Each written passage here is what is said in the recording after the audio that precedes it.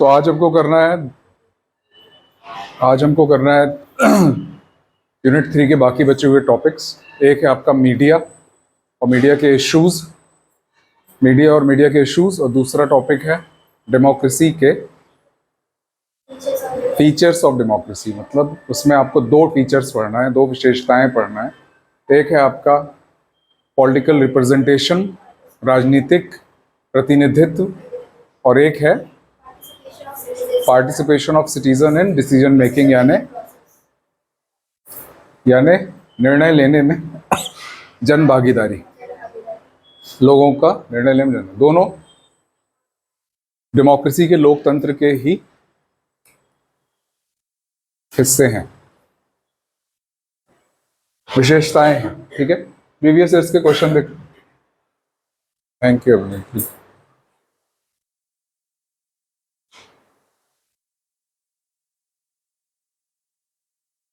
Previous years के question देख लें इसमें मीडिया और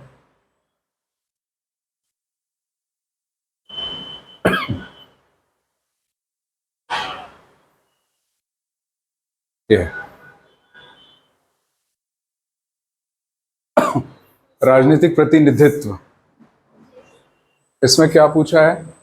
फर्स्ट पास द पोस्ट, इसके बारे में पूछा गया कि first pass the post system क्या होता है। फर्स्ट पास द पोस्ट को बोलते हैं सामान्य बहुमत प्रणाली, या जो सबसे आगे वही जीते प्रणाली। तो ये एक क्वेश्चन पूछा है। उसके बाद मीडिया, इस पूरे आज जो हम करेंगे उसमें ज्यादा क्वेश्चन पूछे आने के चांस होते हैं मीडिया से।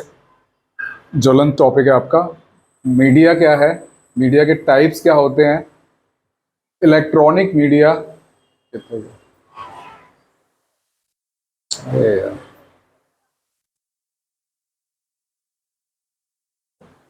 इलेक्ट्रॉनिक मीडिया लोकतंत्र और कल्चर का सपोर्टर है कि इसके लिए थ्रेट है, मतलब इसके लिए अच्छा है या बुरा है, किसके किसके लिए? लोकतंत्र और कल्चर के लिए। यह एनालिटिकल टाइप का क्वेश्चन आ गया। यूपीएससी में ज़्यादा क्वेश्चन ऐसे आएंगे कि आप अपने विचार बताइए, सिर्फ ऐसा नहीं कि जो बुक में पढ़ के आ गए वो वहाँ जाके उलट दीजिए। Can Indian media be regarded as guardian of people's freedom? क्या इंडियन मीडिया को लोगों की आज़ादी का फ्लैग बियरर या उसको बचाने वाला, उसका रक्षक कहा जा सकता है? ये भी एनालिटिकल क्वेश्चन आ गया, 5 और 11 में आया है। तो इसके बारे में हमको पूरा इकट्ठा करना है कि किस किस्म से बातें करना है। ऐसा नहीं कि सुधीर चौधरी को उठा के बोल दिए, नाम लिख दिया कि सुधीर चौधरी सही आदमी नहीं लग रहा है सर, इस टाइप की बातें नहीं करना है। ठीक है, किसी का नाम नहीं लेना है, कुछ नहीं करना।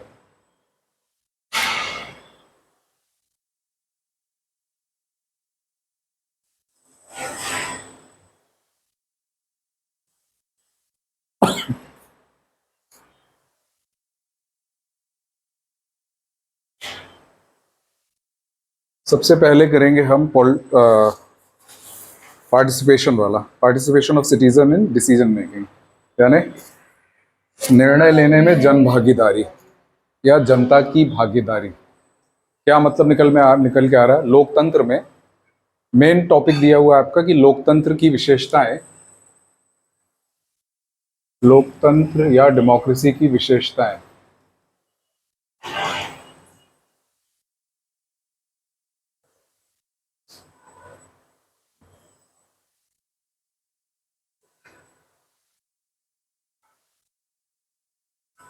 फीचर्स ऑफ डेमोक्रेसी, वो दो विशेषताएं आपसे पूछी हैं। एक तो जन भागीदारी इन डिसीजन मेकिंग, यानी जो निर्णय लिए जाते हैं, डिसीजन लिए जाते हैं, इसके द्वारा, जिनको आप चुन के भेज रहे हो, वही लोग निर्णय लेते हैं ना, उसमें आपका पार्टिसिपेशन कैसे होता है, आप उसमें हिस्सा कैसे ले रहे हो? सिर्फ वोट दे दिए काम खत्म? कि कोई तरीके हैं जिनसे आप जो वो डिसीजन ले रहे हैं और आपको पसंद नहीं आ रहे, या आपको पसंद है, या आप सोचते हो कि ऐसा होना चाहिए, तो क्या आपके हाथ में सिर्फ इतना है कि आपने एक वोट डाल दिया, आप 5 साल तक वेट करोगे यार तुम सही काम नहीं कर रहे? या कुछ आपके पास ऐसे टूल्स हैं, कुछ ऐसी चीज़ें हैं जिनसे आप उस डिसीजन मेकिंग की प्रोसेस को, वो जो निर्णय लिया जा रहा है, उस निर्णय को अपने हिसाब से चेंज करवा सकते हो, या लिया जा चुका निर्णय या जो लिया जाने वाला है। तो वो कौन कौन से तरीके हैं जिनसे हम इनको प्रभावित कर सकते हैं? तो वोट तो आपने दे ही दिया, क्या करें? Public participation, public participation in decision making, मतलब निर्णय लेने में। सबसे पहला तरीका क्या है? हम चुनते हैं चुना हुआ प्रतिनिधि, जिसको हम चुन के भेजते हैं, 5 साल में फिर वो वापस आएगा और उसको फिर से जीतना है, उसकी पार्टी को फिर से जीतना है। लिहाजा हमारे ओपिनियन को वो निग्लेक्ट नहीं कर सकता, लिहाजा हम वोट उसी को देंगे जो हमारे डिसीजन को आगे बढ़ाएगा। एक तो ये तरीका है। दूसरा क्या तरीका हो सकता है? अगर हम खुश नहीं है, सेटिस्फाइड नहीं है किसके काम से, जिसको चुन के हमने भेजा है, तो हम क्या कर सकते हैं? सड़कों पे उतर सकते हैं, आंदोलन कर सकते हैं। क्या एग्जाम्पल हो सकता है इसका? फार्म लॉज, किसानों को नहीं पसंद आया, निकल गए, आंदोलन किया, और डेमोक्रेसी की यही खूबसूरती है कि उसको एक्सेप्ट किया गया, उनके डिसीजन को, वो मामला वापस लिया गया, फार्म लॉज वापस लिए गए। हुए भ्रष्टाचार के खिलाफ अन्ना मूवमेंट, तो इस टाइप के एग्जाम्पल देकर के एंटी करप्शन मूवमेंट हम तो इसमें बता सकते हैं। क्या बता सकते हैं? मूवमेंट करना, आंदोलन करना। इस तरीके से भी हम इसको चेंज कर सकते हैं, जो डिसीजन लिया जा रहा है उसको। और क्या हो सकता है? गवर्नमेंट खुद भी इनिशिएटिव ले सकती है, पहल कर सकती है। गवर्नमेंट की पहल, क्या पहल? कि हम ये करने वाले हैं, आप ही बता दो। पर कैसे करेगी? कैसे करेगी? तो आजकल बहुत कुछ ऐप्स बना सकते हैं कि उसमें जाकर के आप वोट दे दो। For example, Jammu and Kashmir के लिए एक ऐप बनाया गया है, वहां के मामलों के लिए जन भागीदारिता ऐप बना है। एक बना है my government portal, my government portal.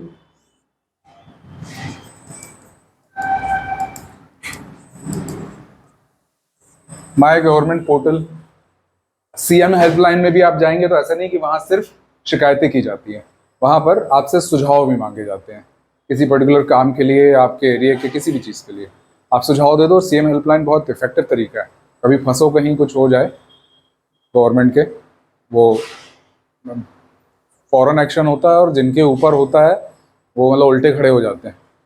मैंने किया है इसलिए बता रहा हूँ। इंदौर में भी एक मामले में मैं इन्वॉल्व था, और यहाँ पे भी मैंने किया है।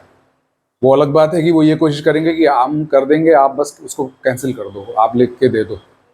वो आपके ऊपर पूरा प्रेशर बनाएंगे, पर उनको डर तो है, आपके पास एक टूल तो है, क्योंकि भोपाल से सीधे डंडा चलता है, इस वजह से। इसके अलावा और क्या तरीके हो सकते हैं? प्रेशर ग्रुप्स, दबाव समूह। ये वो ग्रुप हैं जो सीधे चुनाव नहीं लड़ते, पर चुनाव प्रक्रिया को प्रभावित करते हैं। जैसे कोई धार्मिक ग्रुप हो सकता है, आरएसएस, वीएचपी, जमाते इस्लामी।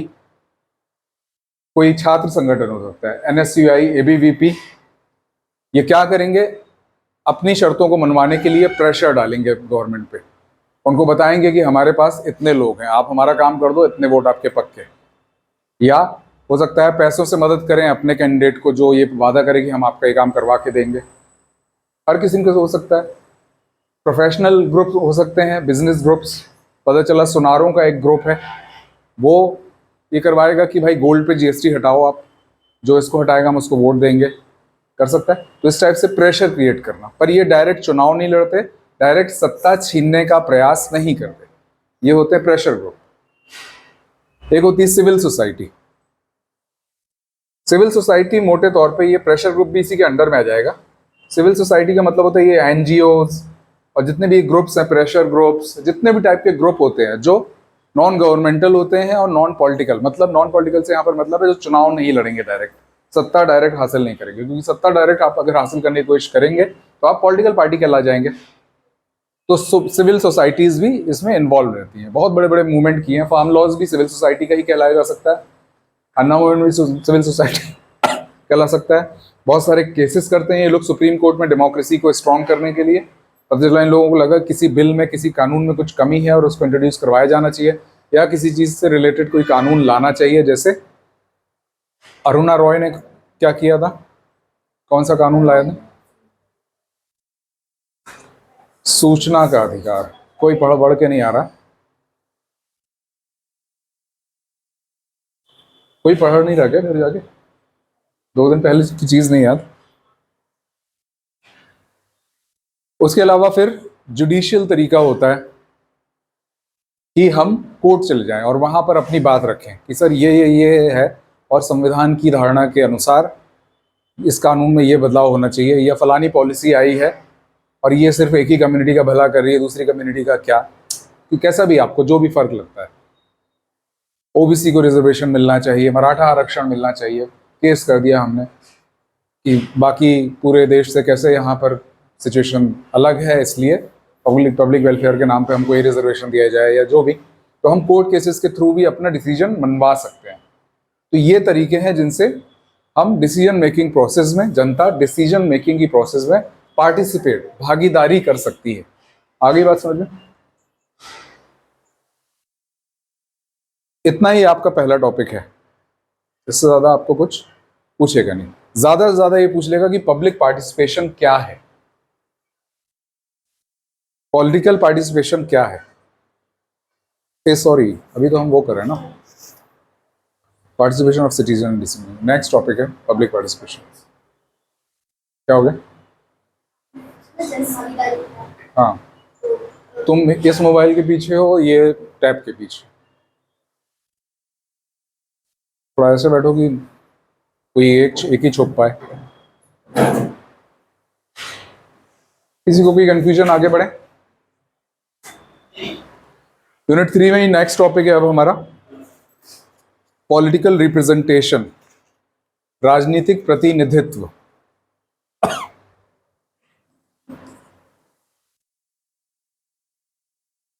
राजनीतिक प्रतिनिधित्व क्या समझते हैं प्रतिनिधित्व से आप? राजनीतिक प्रतिनिधित्व, जब जनता अपने राजनीतिक पावर, शक्तियां किसी प्रतिनिधि को दे दे जो उनके लिए पॉलिसी बनाए, उनके बेस्ट इंटरेस्ट में, उनके ही भलाई के लिए। जब जनता अपनी राजनीतिक शक्ति दे दे प्रतिनिधि को, राजनीतिक प्रतिनिधित्व किस लिए? कि वो उन्हीं के लिए काम करे, उन्हीं के लिए पॉलिसी बना। काम कैसे करेगा? पॉलिसी बना के, प्लान बना के ना, उन्हीं के लिए पॉलिसी बनाए, उनके बेस्ट इंटरेस्ट में, बम लगाने के लिए नहीं कि इन्होंने वोट दिया, इनको उड़ा दो, सारी प्रॉब्लम सॉल्व। उनकी भलाई के लिए, बेस्ट इंटरेस्ट के लिए। इसमें कोई रॉकेट साइंस तो है नहीं। अब सवाल ऐसा है कि यहाँ पर जब ऐसी बहुत साइंटिफिक बात नहीं होती, ज्यादा अच्छा होता है कि हम किसी स्कॉलर की, किसी थिंकर की, किसी, हिंदी तो बोलो, राजनीतिक विश्लेषक की, विचारक की, राजनीतिक विश्लेषक या विचारक की परिभाषा दे दें, पर जरूरी नहीं कि रट के ही जाओ।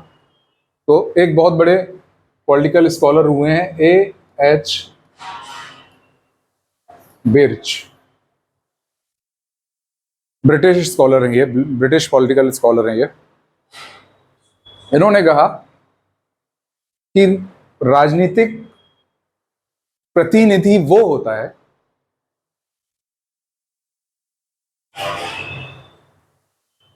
जो कि विधि के द्वारा, political representative is a person who by law holds the status of representative, जो कि विधि के द्वारा, ये स्टेटस को क्या बोलेंगे? हाँ, ये पोजीशन रखता है। हाँ, ये विधि के द्वारा प्रतिनिधि होने का स्थान रखता है। बात समझ आ गई? पॉलिटिकल रिप्रेजेंटेटिव क्या है? And performs role of representation of public, और जनता के रिप्रेजेंटेशन, प्रतिनिधित्व का काम करता है। सीधी सीधी डेफिनेशन। तो इसमें कुछ ना समझ में आने वाली चीज, ये क्या पढ़ रहे हैं हम? लास्ट लाइन क्या है? हिंदी बोलो जरा।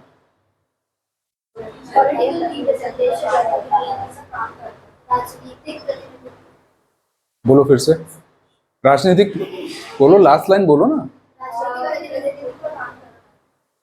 किसका काम करता है? जनता के प्रतिनिधि का काम करता है। लास्ट लाइन है जनता के प्रतिनिधि का काम करता है। ठीक है, तो हम क्या पढ़ रहे हैं? लोकतंत्र की विशेषताएं, फीचर्स ऑफ डेमोक्रेसी। उसमें कई फीचर्स होते हैं, उसमें कई फीचर्स होते हैं, जैसे वोट डालने का फीचर, सबके वोट की एक वैल्यू का फीचर, रेगुलर इलेक्शन होता है, चुना हुआ प्रतिनिधि, विशेषता है ये सब डेमोक्रेसी की। चुना हुआ प्रतिनिधि, जनता की सरकार है, जैसे हमारे यहाँ व्यस्क मताधिकार है, 5 साल के लिए उनको काम करने का मौका मिलता है। वैसे बहुत सारे, इनमें से 2 उठा करके हमको बोला गया है कि उन विशेषताओं में इन दोनों की बात करो। पहला हमने पढ़ लिया, पहला क्या था? डिसीजन मेकिंग में जन भागीदारी। दूसरा अब हम पढ़ेंगे पॉलिटिकल रिप्रेजेंटेशन, मतलब राजनीतिक प्रतिनिधित्व। ये भी लोकतंत्र की एक विशेषता है, क्योंकि अब ऐसा तो नहीं कि बहुत कम लोग हैं तो सब अपने अपने प्रतिनिधित्व करें। एक आदमी को चुन के भेजना पड़ेगा कि इतने लाख लोगों का एक आदमी। ज्यादातर कंट्रीज में यही तरीका चुन लिया गया है, ज्यादातर कंट्रीज में यही तरीका चुन लिया गया है। तो सवाल ये पैदा होता है कि हम क्या करते हैं कि हमारा जो प्रतिनिधि होता है, हमारा जो लीडर होता है, हमारा जो, ध्यान से सुनो अब कंसेप्ट की बात, हमारा जो लीडर होता है वो किसको रिप्रेजेंट करता है, किसका प्रतिनिधित्व करता है? अगर मैं बोलूं कि वो जिस क्षेत्र में आप रहते हैं उसको रिप्रेजेंट करता है, तो क्या ये सही होगा? अगर मैं बोलूं क्षेत्र की जनता का प्रतिनिधित्व करता है, ऐसा ये बोले, और तो सवाल ये होता है कि हमने क्या तरीका अपनाया। हो सकता है कि वो प्रतिनिधि जो है वो किसी ग्रुप को रिप्रेजेंट करे, उसको सारे बिजनेसमैन ने वोट दिया है तो वो उनको रिप्रेजेंट करे, ऐसा भी तो हो सकता है। यूनियन नहीं होते क्या? होता है। तो ये क्या हो जाएंगे? Types of representation. कि हो सकता है कि वो जनता को रिप्रेजेंट कर रहा हो सकता है वो किसी क्षेत्र को रिप्रेजेंट कर रहा हो सकता है वो किसी व्यवसाय को रिप्रेजेंट कर रहा हो, ये आगे देखेंगे हम। इसी तरीके से किस, ये टाइप समझ में आए? अब किस तरीके से वो रिप्रेजेंट करेगा, किसको करेगा, किस तरीके से करेगा, किस सिद्धांत के हिसाब से करेगा, उसकी अलग अलग मॉडल या अलग अलग थ्योरी या अलग अलग सिद्धांत है, वो आपसे पूछे जा सकते हैं। पॉलिटिकल रिप्रेजेंटेशन के, राजनीतिक प्रतिनिधित्व के सिद्धांत या मॉडल या थ्योरी, ये नेक्स्ट टॉपिक हम करेंगे। तो हम क्या पढ़ने जा रहे हैं, समझ में आया दिमाग में? पहली थ्योरी है निर्देशित प्रतिनिधित्व, डेलीगेट मॉडल।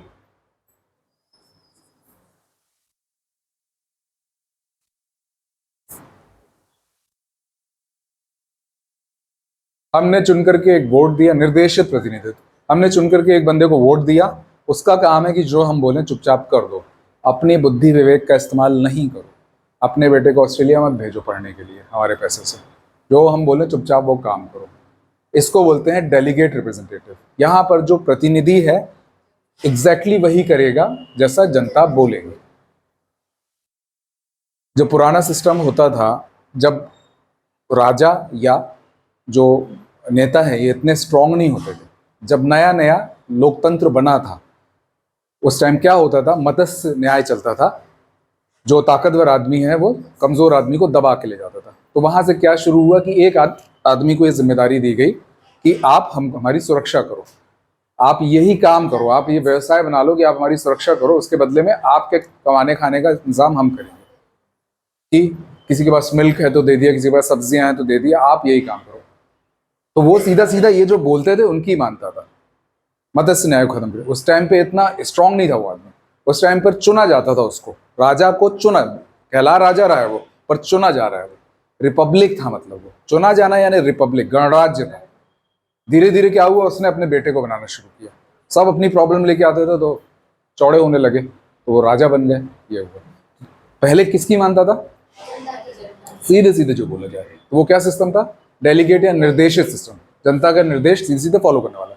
दूसरा सिस्टम क्या आएगा? ट्रस्टी सिस्टम, ट्रस्टी मॉडल, अनिर्देशित या ट्रस्टी मॉडल। ट्रस्टी मॉडल ऐसे हिंदी में भी लिख के आ सकता है, ट्रस्टी सिद्धांत। ये क्या बोलता है कि आपने एक आदमी को चुन करके भेज दिया, आपने एक समझदार आदमी को, अब वो अपनी बुद्धि विवेक का इस्तेमाल करके आपके लिए डिसीजन लेगा। कहीं ना कहीं इसमें छुपी हुई बात यह भी है कि आप सारे उतने समझदार नहीं हो, नेताजी समझदार है, इसलिए वो आपके लिए निर्णय लेंगे। हिडन मैसेज इसमें यही है। हाँ क्या पूछो पूछो।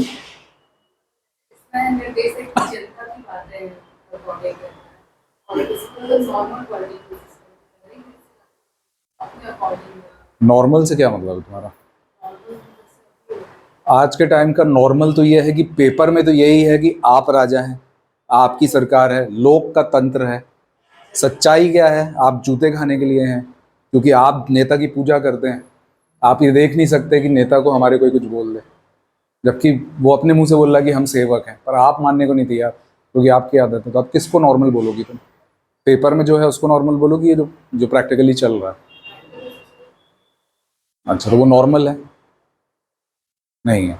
तो यहाँ पर ट्रस्टी सिस्टम का मतलब है वही जो तुम समझ रही हो, जूते, जनता को जूते पड़ने वाला। पहले ही बोला ना मैंने कि आप बेवकूफ हो, सीधा मैसेज है। आपने एक ट्रस्टी चुन के भेज दिया जो आपके लिए डिसीजन लेगा, आप वोट दो और चुपचाप बैठो पिटने के लिए। हिडन मैसेज इसमें यही है।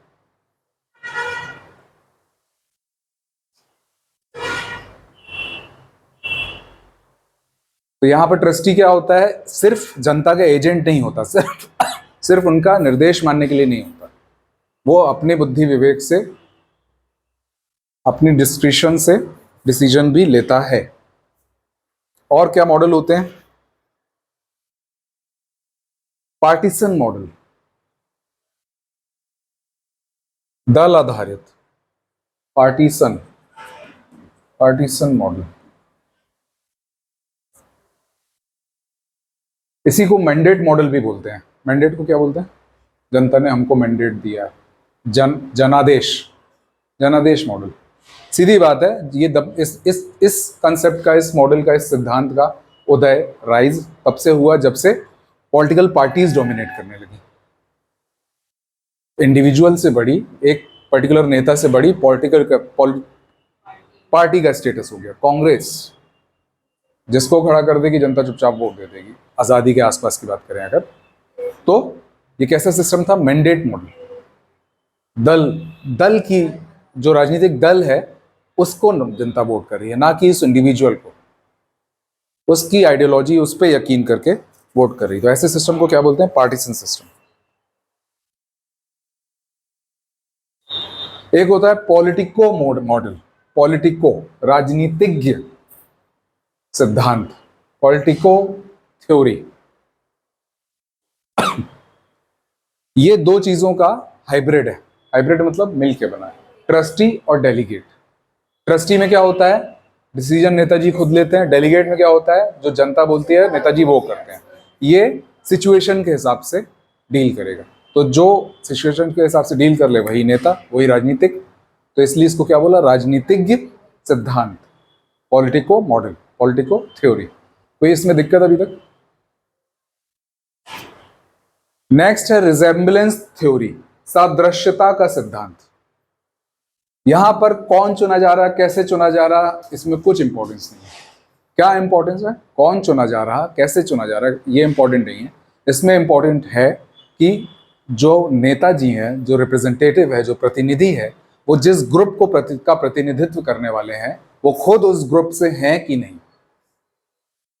जैसे जातिवाद, जातिवाद मान लो कोई एक एरिया है जहां पर कोई एक, किसी एक कास्ट का, किसी एक जाति का की मेजॉरिटी है, उनकी चलती है, डोमिनेट करते हैं वो वहां पर। तो वो ऐसे को चुनेंगे जो हमारी कास्ट से, जो हमारा काम करे। कैसे चुना जाएगा, क्या होगा, सिस्टम क्या है, किस पार्टी से है, कुछ मतलब नहीं, हमारा बंदा होना चाहिए। क्या हमारे कास्ट से है वो? हाँ, वोट डाल दो। यूपी बिहार में बहुत ज्यादा डोमिनेंट है। यूपी बिहार क्या, पूरे इंडिया में, पर यूपी बिहार में तो आंख बंद करके देते हैं। है तो लिख लो। ये क्या हो गए? पॉलिटिकल रिप्रेजेंटेशन के सिद्धांत या थ्योरीज या मॉडल। इसमें कोई दिक्कत? बहुत सारा टॉपिक नॉन टेक्निकल बोरिंग से टॉपिक है ये। अगर आपसे पूछ ले टाइप्स, प्रकार किसके, राजनीतिक प्रतिनिधित्व के, पॉलिटिकल रिप्रेजेंटेशन के, क्या प्रकार, बहुत आसान है, पहले ही बता दिया कि हो सकता है वो किसी ग्रुप को रिप्रेजेंट कर रहा हो, किसी क्षेत्र को रिप्रेजेंट कर रहा हो। तो जब वो किसी क्षेत्र को रिप्रेजेंट करेंगे नेताजी, तो प्रादेशिक या रीजनल रिप्रेजेंटेशन, प्रादेशिक प्रतिनिधित्व। जब किसी व्यवसाय को रिप्रेजेंट कर रहे हैं, कोई ट्रेड यूनियन बन गया, फैक्ट्री के लोगों को कर रहा है, या कोई पर्टिकुलर धंधे वाले को, जैसे सुनार का काम जो करते हैं उनका एक यूनियन बन गया, तो उसको क्या बोलेंगे, व्यवसायिक या प्रोफेशनल प्रतिनिधित्व या रिप्रेजेंटेशन। उसके अलावा ग्रुप रिप्रेजेंटेशन, महिलाओं का ग्रुप हो सकता है, छात्रों का ग्रुप हो सकता है। इन सब में आप कोई ना कोई दलों के एग्जाम्पल दे दीजिए। जैसे इसमें महिलाओं का कोई एग्जाम्पल दे दीजिए, छात्रों का NSUI, ABVP ये दे दीजिए, किसी व्यवसाय वाला दे दीजिए, ट्रेड यूनियन ऑफ इंडिया, ऐसे करके एग्जाम्पल दीजिए। और लास्ट है तो चौथा टाइप आपका क्लास रिप्रेजेंटेशन, किसी वर्ग को। अब क्लास रिप्रेजेंटेशन कम्युनिस्ट कंट्रीज में आता है। कम्युनिस्ट कंट्री क्या होती है, दोनों, आप दोनों, कम्युनिस्ट कंट्री क्या होती है, साम्यवादी।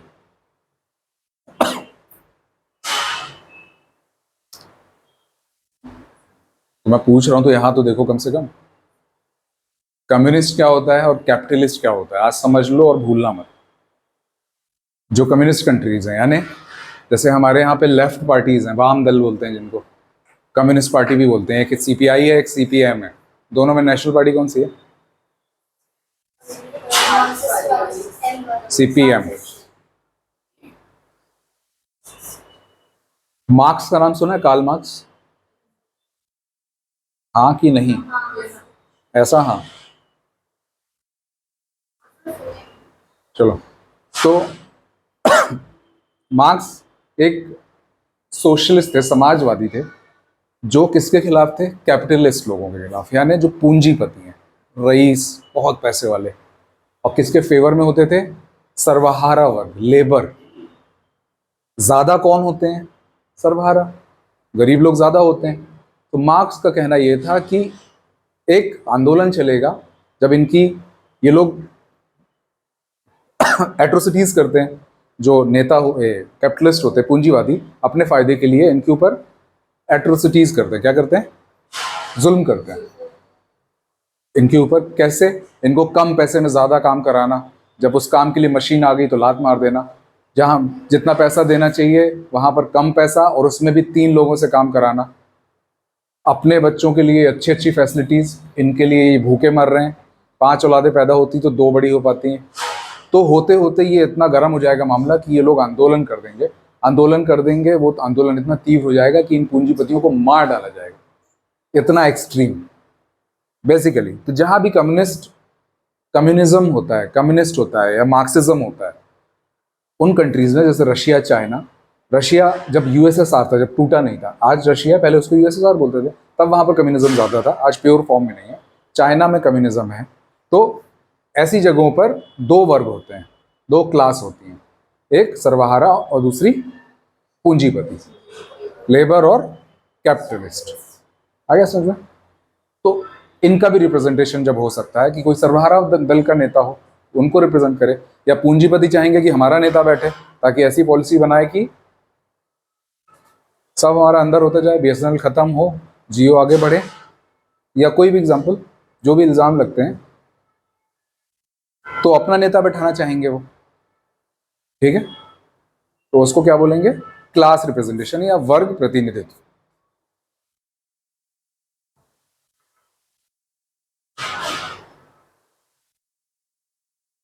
अब आए हम इंपॉर्टेंट मुद्दे पे, system of representation. System of representation ये इंपॉर्टेंट है, इससे क्वेश्चन पूछा जा चुका है। बहुत सारे सिस्टम होते हैं। सिस्टम ऑफ रिप्रेजेंटेशन यानी प्रतिनिधित्व की प्रणालियां, कि मतलब आप चुनोगे कैसे, प्रतिनिधि को अपने चुनोगे कैसे। तो बहुत सारी प्रणालियां हैं, हम 2 पढ़ेंगे जो इंडिया में अपनाई गई है।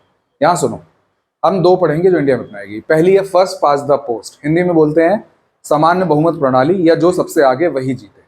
क्या मतलब है इसका? क्या मतलब है इसका? दो तीन, कम से कम 3 या उससे ज्यादा लोग खड़े होंगे, आप वोट दोगे और जिसको सबसे ज्यादा वोट मिलेंगे सीधे वो जीत जाएगा। यही होता भी है। दिक्कत क्या है? 6 लोग खड़े हुए, सब में वोट बढ़ गए, पता चला 21% वोट वाला जीत गया, नेता बन गए। मतलब क्या हुआ? 79% लोग यानी 80% ऑलमोस्ट लोगों ने उनको वोट नहीं दिया, तब भी वो नेता बन के उनको प्रतिनिधित्व कर रहे हैं। क्या ये अच्छा सिस्टम है? वही हम कर रहे हैं।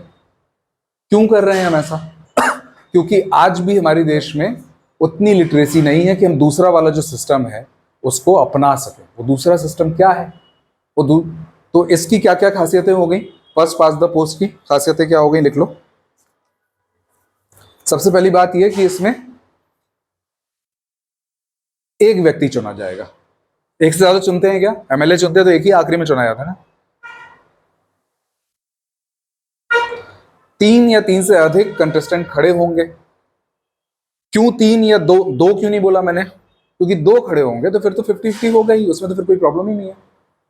तो 3 या 3 से अधिक में ही बात होगी। बात समझ में आई ना? 3 की बात क्यों हो रही है? शालिनी और कीर्ति आई ना? वोटर्स किसी एक को वोट देंगे। ऐसा होता है क्या कि 2 को दे आए? और मैक्सिमम जो वोट जिसको मिलेंगे वो जीत जाएगा।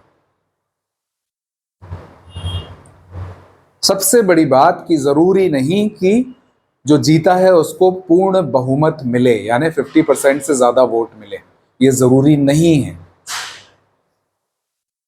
इतनी विशेषताएं हैं, इसको बोलते हैं फर्स्ट पास द पोस्ट। बहुत आसान है क्योंकि हम अपने चारों तरफ इसी को देखते हैं।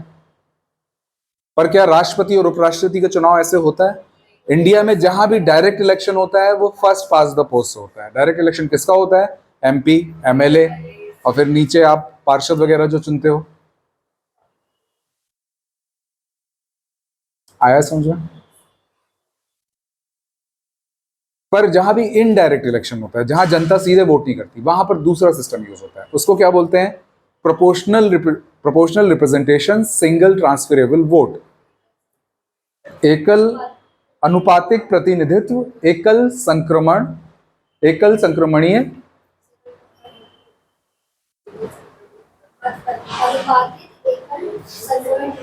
अनुपातिक एकल संक्रमणीय मत।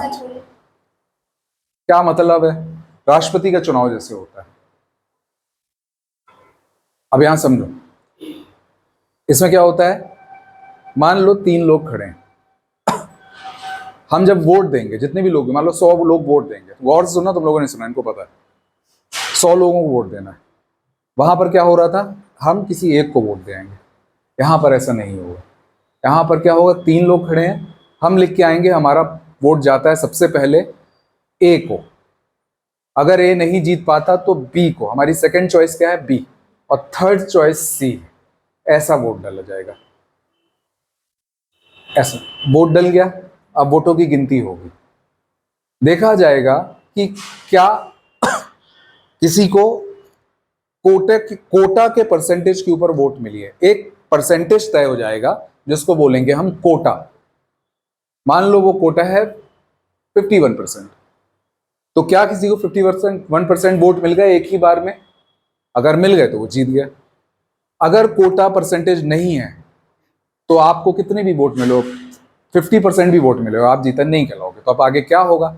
आगे ये होगा कि जिसको सबसे कम वोट मिले हैं उसको अलग कर दिया जाएगा। उसको बोले कि तुम हार गए, जाके नाश्ता चाय पानी करो।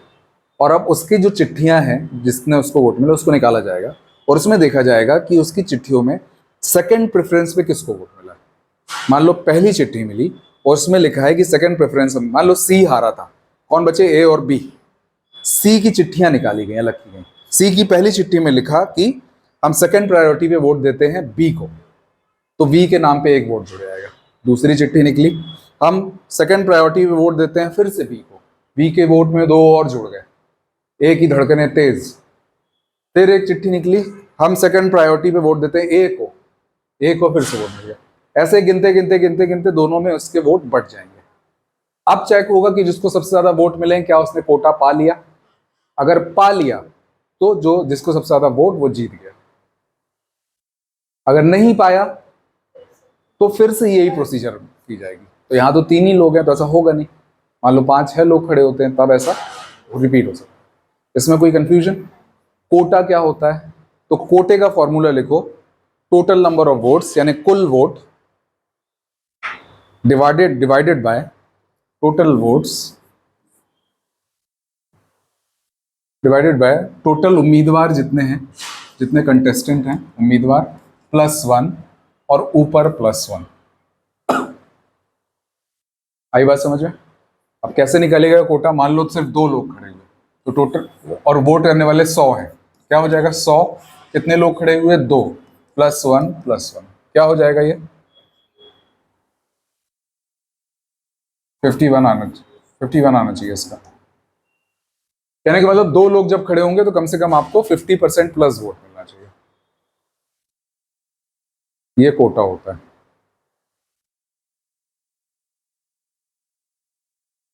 ये फॉर्मूला गलत लिखा क्या मैंने? टोटल वोट अपन टोटल कंटेस्टेंट +1 सिर्फ होगा क्या?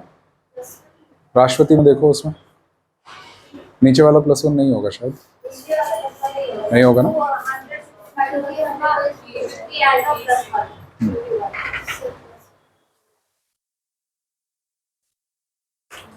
टोटल वोट्स अपन टोटल कंटेस्टेंट, जब ये कोटा मिल जाएगा जिसको वो जीत जाएगा। बात समझ में आ गई? तो इसको इसलिए क्या बोल रहे हैं? सिंगल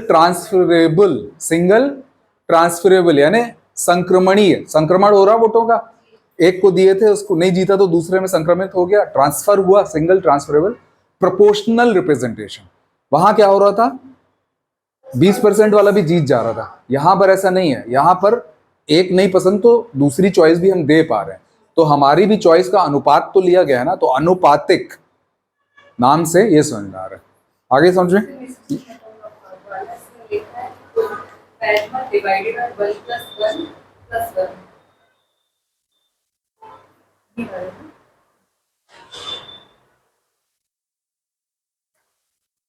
कोटा बोल रहा है ना, वही होगा जो लिखा है, यही होगा। अब हम नेक्स्ट पढ़ेंगे मीडिया। हाँ